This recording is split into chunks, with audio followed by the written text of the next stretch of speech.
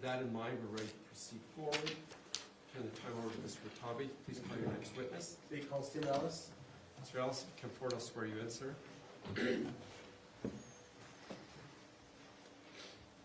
Just stand right there if you raise your right hand.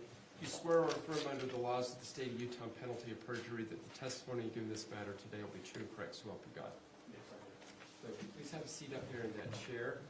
While you're coming up, let me give you some instructions to make the process go a little bit easier for you. Please wait for the attorneys to ask you a question before you respond. Please give a direct response to yes or no with a proper answer. Typically long narrative responses or objections, or you would have to stop that. If you don't understand the question, please ask the attorneys to rephrase it, don't guess. Please give me verbal responses. If you nod your head or shrug your shoulders. We get that today. We don't have a video recorder, so if I get a or an that sounds like a yes today, but on the record it might sound like more no. So we'll just ask that's a yes or no. Just to be precise. Fair enough? Yes. Thank you.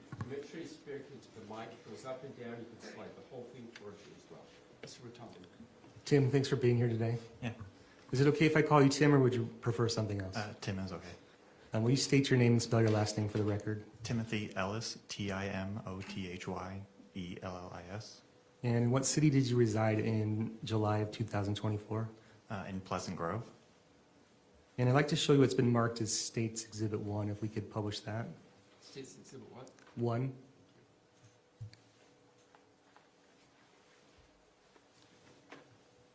We can publish that to the jury. Have you seen this before? Yes. And is this your family? Yes, it is. Okay, how many brothers and sisters do you have? I have 2 brothers and 3 sisters. And which child are you in the I'm the middle child. Out of 7, you're the exact middle? Yeah. And with which siblings do you share a father with? I share a father with Tara, Katie, and Kevin. And do any of the other siblings share a father? Yeah, Rachel and Jacob share a father. Okay, and does Aurora have another father? She does, but she's the only one. And how many times has your mom been married? She's been married 4 times. So let me ask, who is your mom? My mom is Tracey Grist. Okay. Your mom's been married 4 times? Mm-hmm. Yes. And who was the first husband that she had? That would be Stan Ellis. Is that your father? Yes, that's my father. And tell me a little bit about what you remember from that marriage. I don't remember a ton because of how young I was at the time that they got divorced. So all I really know is my visitation rights on the weekends growing up. Okay, and was that in California? Yes. And so how often would you see your father? About every other weekend. Would you stay the night there? Yes, I would stay the whole weekend. And would Kevin and Terralyn and Catherine go with you as well? Mostly Kevin, but Tara and Katie would also come with sometimes. And would you guys all sleep the night there? Mainly me and Kevin. How many nights would you stay there? So 2 nights, yeah, Friday night, Saturday night. You remember ever Terralyn or Catherine staying the night? Only on rare occasions, like holidays. Okay. And tell me about who her second husband was. Her second husband would be Brian Trujillo. Okay, and do you remember when they were married? I was very young. I was probably only like 4 or 5 at the time. Was it also in California? Yes. Okay, and they had 2 kids together, is that right? Yes. And how often would Rachel or Jacob see their father? Not often at all after their divorce. So they just stayed at home with Tracey? Yes. Okay. And who was the next husband? And then it would be Mark Franz. Okay. And did Aurora ever go and see her father? After their divorce, no. Okay. And then who did she marry next? And then that would be Bruce Grist. Okay. And how long was that marriage? Only, I think maybe like 3 years or so. I can't really fully remember how long. And So tell me about when did you move from California to Utah? When I was 14, And who moved with you? me, my mom, Jacob, Rachel, and Rory. Okay, and where are the other siblings? What did they do? They're all living on their own at this point. Kevin lives, I believe, with my dad, and then Tara and Katie are doing their own things with their own apartments. Okay, so what was the family dynamic like as far as the relationship between the siblings? I mean, I thought it was good. Obviously, there was a bit of a disconnect after we moved, being further away, but before that, we would see each other all the time. So probably, would you say you were a close family? Yes. And would you say, being in the middle, you saw a lot of things that the other siblings didn't see? Yeah, 'cause I was able to see both sides. Was there drama in the family? Sometimes. And would people come to you for advice or help? Not until, obviously I grew up a bit more, so not until later in life would that happen. But yeah, they've come to me for questions about So arguments in the past. What kind of role did you take in your family? I mean, I like to think as the peacekeeper, or just someone who always thinks logically and not always so emotional. Did you take on a fatherly role as well? Yeah, to Rachel and Jacob for sure. And even so much, and so how did you take on a fatherly role for Rachel? For Rachel, I walked her down the aisle when she got married. And which siblings were you closest to? Kevin, probably the closest, and then Rachel and Jacob, because we probably spent the most time in the house together. And what kind of things would you guys do together as a family? Well, I'm big into cooking, so I would grill a lot. I also enjoy fishing, so I would invite them to go fishing with me. And then obviously we big Disney fans, so anytime we could go to Disneyland together, we would. Did you ever do any trips with the extended family? Yeah. What kind of trips would you do? We would go back out to California, and there was one time we stayed at Robert's Cottages, which is just some little houses in Oceanside, and we stayed there for like a week and just hung out on the beach. When did Kevin move to Utah? About 3 years ago, And where did he live? with my mother. And how often would you see Kevin? I would go there, anywhere from like 2 times a week, or like 2 times a month to 4 times like a month. Sometimes Kevin would be there, sometimes he wouldn't be. Did he have a job? No, Okay, so who was supporting him? my mother. And what would he do with his free time? Kevin, he had a laptop, so he would, watch a lot of movies and TV shows. And then if he wasn't doing that, he would be playing pool. Okay, and did he have a lot of friends? Yes. And was he good at pool? Yes, he was very good. How good was he at pool? He would play in competitions and would do very well. And around July of 2024, had something happened in his pool career that he was excited about? Yes, he was about to go to a competition in Vegas. Is it the first time he'd been invited to that kind of competition? Yes, he was very excited. Okay. And was he ever able to go to that No, he was not. because of this incident? Yes. You ever know Kevin to carry a gun on him? No. What about using cocaine? In the past, I've heard stories, but nothing recently. You never used marijuana? Ever used marijuana that you know of? No. And which siblings were closest to your mom? I would say Katie and Tara. And how often would you visit your mom? All the time. Anywhere from once a week to maybe every other week. And did your mom, does she provide a lot for people in your family? Yes. What kind of things would she provide? She was very big on providing money to whoever kind of needed it in the family, or she'd even buy me groceries sometimes if we ran into each other at Walmart. Was she involved in your family's life, the kids' lives? Yes. How so?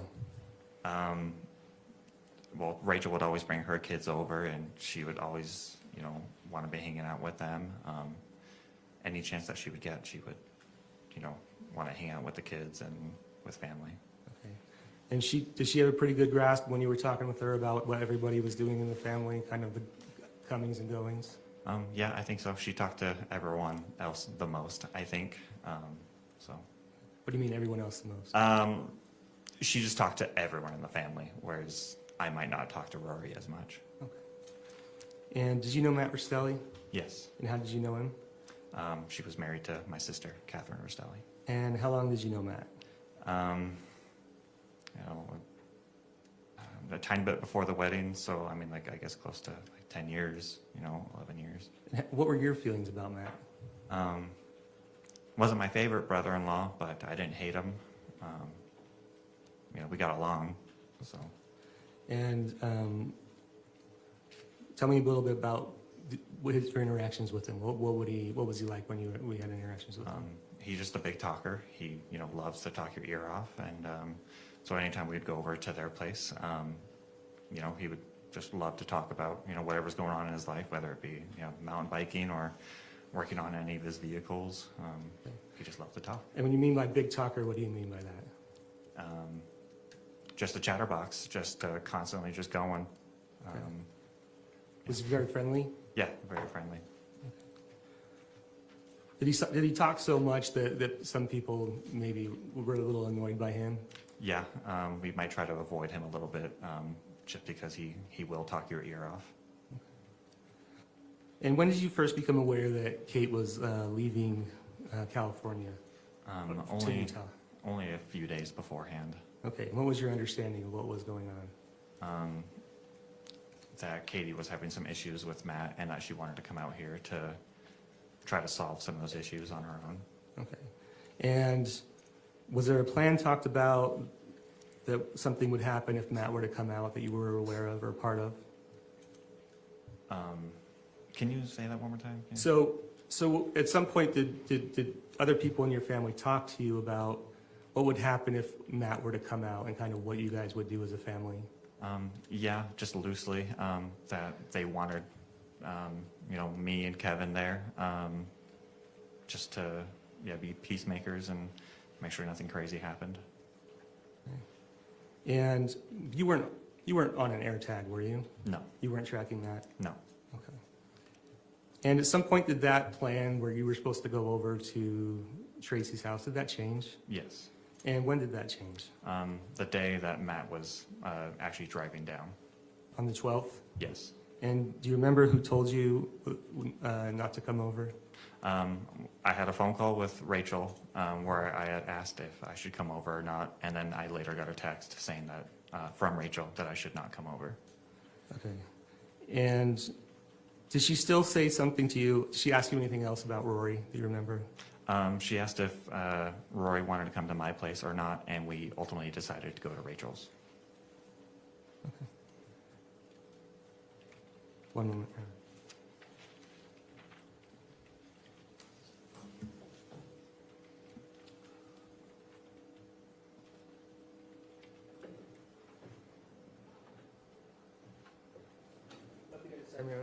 Thank you. Cross?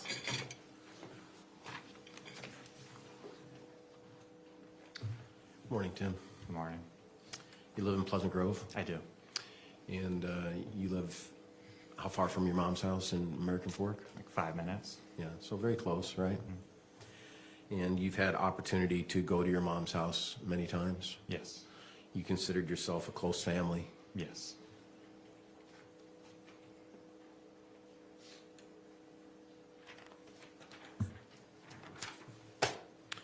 And you talked about that it was discussed that Kevin and Tim should be at the home if Matt came. Yeah. And is that because of you being a peacemaker? Yeah, and also just we knew that Katie and Matt haven't always had the best relationship, and in case something happened, we wanted to be there. Were you aware that Katie and Matt had a volatile relationship? Yes. That it was full of spats and volatility? Yes. Okay. And was one of the reasons that they wanted you and Kevin to be there is as a protection? Yes. Do you know who asked you to be there, or was it multiple people? It was kind of a consensus. It wasn't necessarily one person asking. It was just kind of like, do you want me there? And we kind of agreed yes. And in your conversation with Rachel on July 12th, you had a conversation with her on the telephone, is that right? Yes. And it was decided between you and Rachel that it would be best if Rory went to Rachel's house while Matt was at the house? That was over text. We were more just talking about what we should do, and then the final decisions weren't made until I believe Rachel was able to talk to my mom and Katie. Okay. And then it was decided to let Katie figure out with Matt what she needed to. Yeah. Is that the general I consensus? was under the assumption that both Kevin and Jacob were going to be there. Oh. So that's why I didn't feel the need to show up as much. Okay. One moment.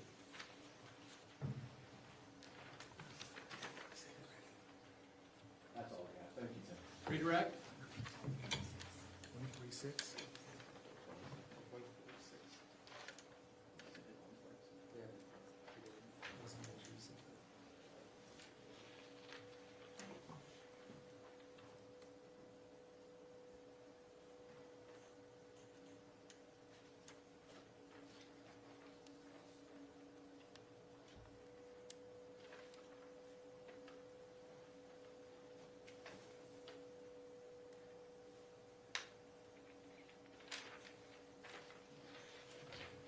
Your Honor, I'd like to show this witness what's been marked as State's Exhibit 146.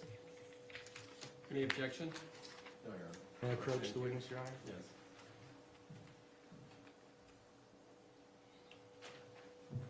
Do you recognize what that is? Yes. And what are they?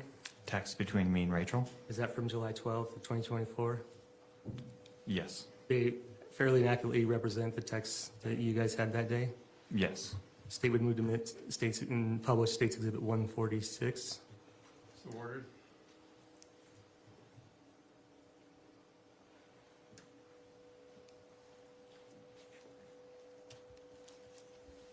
So what time was these text messages with Rachel at?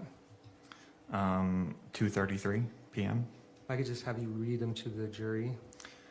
I guess Rory doesn't want to worry about her allergies and the bunnies, so she's not gonna come over, not gonna come spend the night here at my house. Okay. Yeah. If you could read that one more time. I guess Rory doesn't want to worry about the allergies and the bunnies, so she's gonna come spend the night here at my house. Okay. And so before that, was there some plan that she was going to come to your house? We weren't exactly sure where she wanted to go, so it was just kind of loose in the air. She can come to my place or she can go to Rachel's. Okay. And do you recall whether you had the phone conversation with Rachel before or after this text? I believe it was beforehand. Okay. If I could have you scroll down again to the next green one. Okay, go ahead and read that. Matt should be at Mom's in like 30 minutes. I have Rory here. I think she's got Kevin, Kate, and Jake there. Okay. And so that was sometime, what time was that at? 9:32 p.m. And you could take that down. So do you recall if Rachel still had any fear about Matt coming over when she talked to you about Rory coming to your house? I guess I wouldn't say fear. But she did have concerns? Yeah, concerns. Okay. And if you were going to go and check on things, was there ever part of the plan that you would have a gun? No. And at any point or any time, did anybody in your family ever call you to go check on the house, after 10 p.m.? I believe Tara tried to call, but wasn't getting any answers.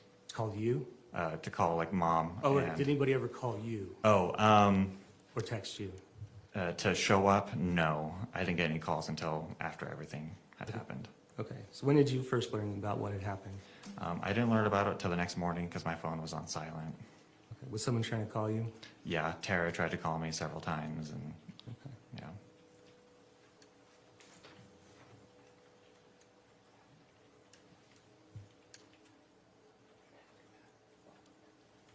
And do you remember When you were, do you remember being at your mom's house the day before, on the 11th, The day before? on July 11th? I don't know if I was there the day before. Okay, do you remember, when do you remember being at your mom's house? It was a couple of days before. I was doing my brakes in her garage. Okay, did you see anything that suggested that Katie was planning on going back to California? No, Anything was packed? nothing was packed. Okay, nothing further. Recross?